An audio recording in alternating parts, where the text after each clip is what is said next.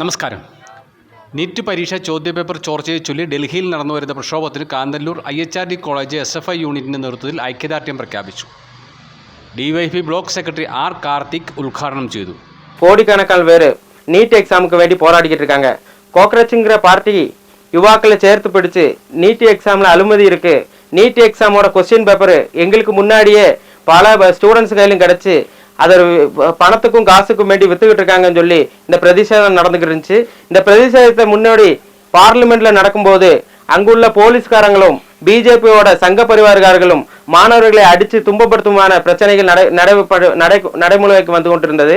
இதை எதிர்த்து அவர்களுக்கு ஆதரவு தெரிவிக்கும்படியாக மாணவர் சங்கம் SFIயும் DYFIயும் இதுபோல பல மாணவர் சங்கமும் அவர்கள் கூட இன்னைக்கு கோடிக்கணக்கான பேரு இன்னைக்கு அங்க பிரதிஷேதம் பயங்கரமான கோடிக்கணக்கான பேர் பிரதிஷேதம் நடந்துகிட்டு இருக்கு. அந்த பிரதிஷேதத்துல இன்னைக்கு பாத்தீங்கன்னா 22 பேருக்கும் மேற்பட்ட ஸ்டூடெண்ட்ஸ்கள் மரணப்பட்டிருக்காங்க. நம்ம தமிழ்நாட்டில் உள்ள ஸ்டூடெண்ட்ஸ் ஆகட்டும், ஆனந்த், அதே போல நிறைய ஸ்டூடெண்ட்ஸ் வந்துட்டு மரணப்பட்டிருக்காங்க. அதுல ஒரு ஸ்டூடெண்ட்ஸ் அவங்க அப்பாவுக்கு ஒரு குறிப்பு எழுதி வச்சிருக்காங்க.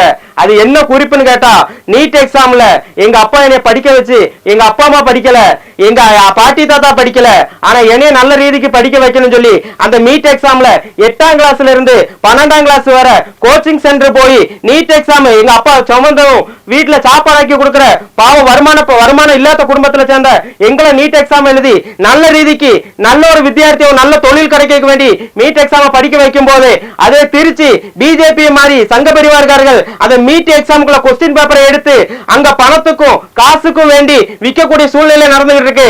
இந்த எக்ஸாமை விட்டா அடுத்த நீட் எக்ஸாமுக்கு என்னால படிக்க முடியாது. அதனால அப்பா என்ன மன்னிச்சிருங்க, இன்னும் உங்களை நான் கஷ்டப்படுற விரும்பல. அதனால அந்த கத்தை கொடுத்துட்டு மரணம் அடைக்கிற நிலைமையில இன்னைக்கு மாறிக்கிட்டு இருக்கு.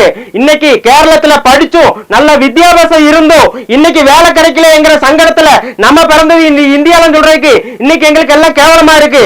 இந்த ஸ்டூடெண்ட்ஸ் ஆகட்டும், இங்க உள்ள ப்ரொடெக்ஷன் நடக்கும்போது அங்குள்ள போலீஸ்காரர்கள் எல்லாம் நம்மளை சம்ரட்சிக்க வேணும். ஆனா இன்னைக்கு போலீஸ்காரங்க கேட்கறது சங்க பரிவாருக்கு எதிராக பிஜேபியோட கொள்கைக்கு எதிர்த்து நரேந்திர மோடிக்கு முன்னின்று கொண்டு மாணவர்களை அடிச்சு ஓடக்கூடிய நிலைமையாக ஆகிட்டு இருக்கு. കോളേജ് ചെയർപേഴ്സൺ ദിവ്യ R. മുഖ്യപ്രഭാഷണം നടത്തി.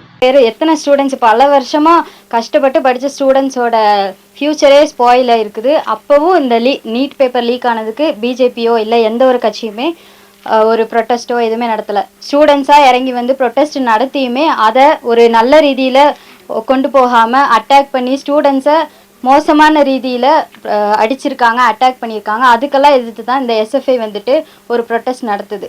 ஸோ இந்த ப்ரொட்டஸ்ட்டுக்கு வந்து CIS കാന്തല്ലൂർ வந்துட்டு இன்னைக்கு സ്ട്രൈക്ക് എടുത്തിരിക്കും. ഏരിയ കമ്മിറ്റി അംഗങ്ങളായ നന്ദന സ്വാഗതവും മഹേഷ് കുമാർ കൃതജ്ഞതയും അർപ്പിച്ചു.